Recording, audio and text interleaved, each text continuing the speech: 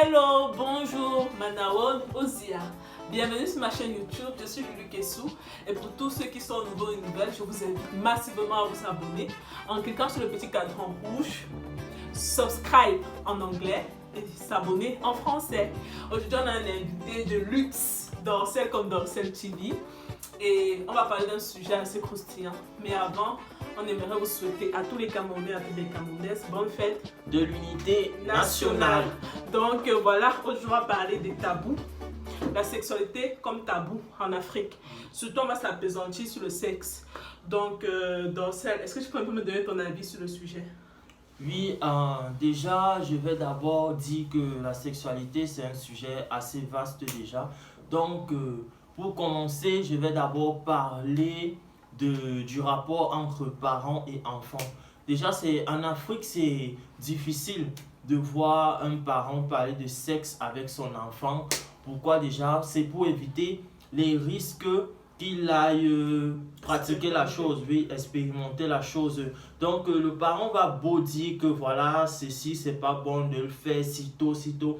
Mais l'enfant ne va pas comprendre, vu que c'est un enfant, il va d'abord expérimenter avant de se rendre compte qu'effectivement ce que le parent avait dit était vrai. Et donc, c'est un peu ça. C'est pour ça que je comprends les parents, nos parents africains qui évitent de parler de ça avec leurs enfants en fait. Mais tu penses que, bon, ok, s'ils n'en parlent pas, c'est protéger leur enfant. Parce qu'aujourd'hui, on a les téléphones, on a la télévision, on a les réseaux sociaux, on a même les fréquentations qui peuvent jouer sur l'enfant. Par exemple, peut-être tu peux être puceau ou pucelle. Oui. Donc, comme ils peuvent venir te dire que, gars, j'ai Binda ça avait un vieux goût et tout ça là. Ou bien ton amie fille peut venir te dire que voilà, j'ai couché avec ce gars, c'était comme ça, c'était comme ci. Oui. Et voilà, ça te pousse à vouloir essayer la chose. Oui, en fait, je vois d'où tu vas en venir. Mais pour répondre à ta question, j'ai une petite histoire en fait. Quand j'étais en classe de terminale, il y a mon prof, je ne sais plus prof de quoi, peut-être prof de maths, il nous a dit que lui, il parle de sexe avec sa fille, qui faisait déjà 5e à cette époque. Il parlait de sexualité avec elle pour lui apprendre en fait les méfaits de la chose. Et déjà, il nous a dit que sa fille, c'était quelqu'un d'ouvert d'esprit. Donc, elle arrivait à anticiper les conséquences, tu vois, pour tirer des leçons à travers ce que son père lui disait. Donc, ce qui faisait que aucun garçon, bon, d'après ce que le père a dit, pour lui, aucun garçon de la rue ne pouvait apprendre autre chose à sa fille concernant le sexe, vu que lui apprenait déjà tout ça de lui-même chez lui à la maison. Donc pour ça, je vais donc dire que pour les enfants qui comprennent les choses, c'est bien.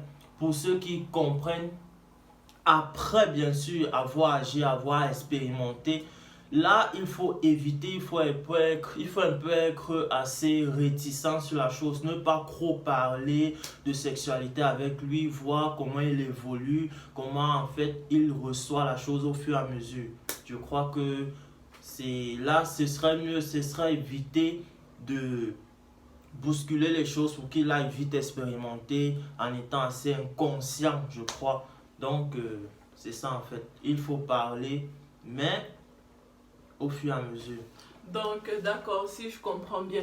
Bon, pour moi, j'aimerais savoir, est-ce que la confiance ne joue pas dans la relation parent-enfant? Est-ce qu'il ne faut pas une certaine confiance pour que l'enfant vienne te dire, maman, j'ai eu à faire telle chose, ou papa, j'ai eu à faire telle chose?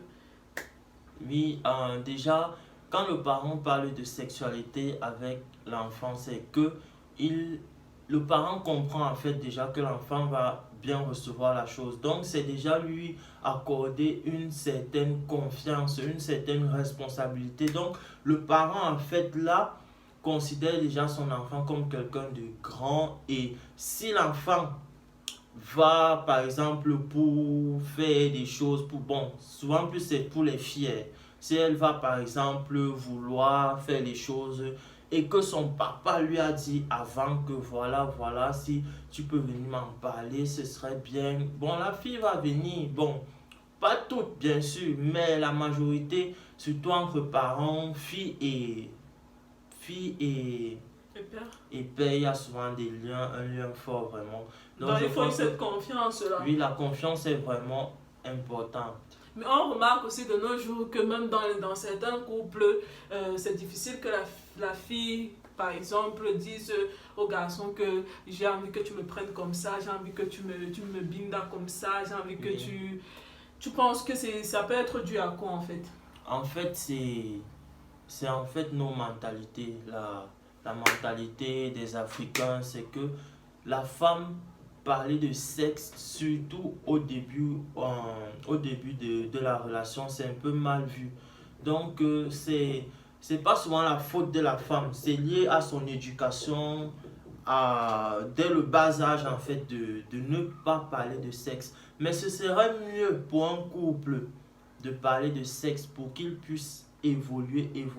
Par exemple, ça évite la tromperie si la femme déjà dit à son homme que voilà, par exemple, j'aime quand tu me prends comme ça, tu Que me tu me touches, coinces oui, comme ça. que tu me coinces comme ça, tu me touches comme ça. Là, c'est bien, ça aide le couple à évoluer et ça aide aussi la femme à ne pas aller ailleurs chez celui qui fait bien, entre guillemets, parce que lui, bien sûr, il a déjà une certaine expérience. Donc, pour les femmes, c'est pas un, je sais pas comment C'est dire. pas une habitude, c'est dans nos coutumes Oui, c'est dans nos africaines, coutumes, c'est c'est dans dans nos nos coutumes. mœurs.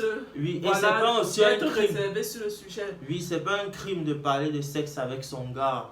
Mais il faudrait que vous ayez déjà un certain temps ensemble pour qu'il ne te trouve pas prostituée, entre parenthèses, entre guillemets. Je vais dire ça. D'accord, donc c'est merci. Donc mes soeurs, mes amis, Oui, ceux qui sont en couple, là, je vous invite à dialoguer dans vos relations, à parler, à vous exprimer sur le sujet, bien évidemment. Pas forcément au début comme Dorcel l'a dit, d'après ce qu'il dit, mais quand vous avez eu un certain moment avec ce garçon. oui, Donc vraiment, Dorcel, je te remercie pour ton intervention de et rien. on vous exhorte, on vous supplie de respecter les mesures barrières, c'est-à-dire quoi? Le lavage des mains, le port du masque et surtout la distanciation sociale. S'il vous plaît, restez chez vous. Restez chez vous. Parce que de nos jours, vraiment, ce que le corona fait, ça tue tellement de personnes. Ce sont des êtres humains comme nous, ce ne sont pas des mouches, ce ne sont pas des insectes. Ça peut te toucher, ça peut le toucher, ça peut me toucher, ça peut toucher tout le monde.